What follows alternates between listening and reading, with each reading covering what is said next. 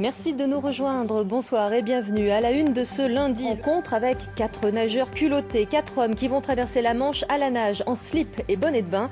Ce grand défi implique une préparation extrêmement rigoureuse depuis des mois.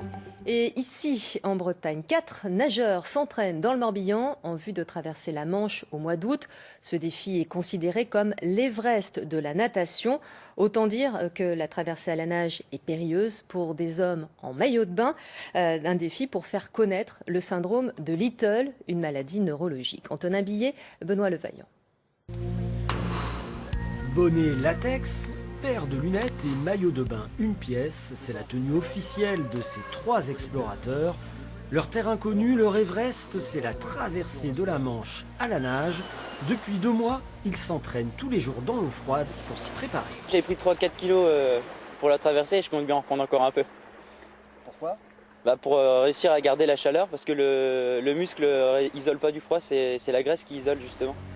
C'est le Britannique Matthew Webb qui réalise en 1875 la première traversée de la Manche à la nage et en solitaire.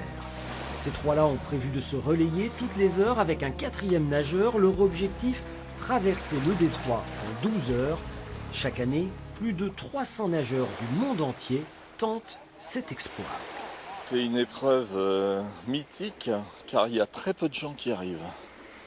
Beaucoup en rêvent en se disant bon, avec un peu d'effort je vais y arriver, mais la réalité est tout autre. Seuls 12% des nageurs qui la tentent réussissent la traversée de la Manche. C'est l'association Allopias qui finance l'aventure de ces nageurs, une association qui œuvre pour l'intégration des personnes handicapées. On le fait vraiment pour le syndrome de Little, pour mettre un coup de projecteur sur cette maladie. C'est une maladie qui est diagnostiquée très tardivement, vers l'âge de 1 an.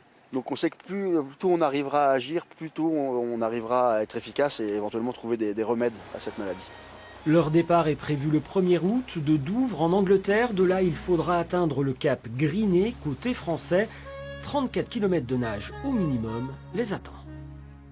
Voilà, et bon courage à ces vaillants nageurs. Tout de suite, vous retrouvez la météo et l'édition nationale de ce 19-20. Très belle soirée.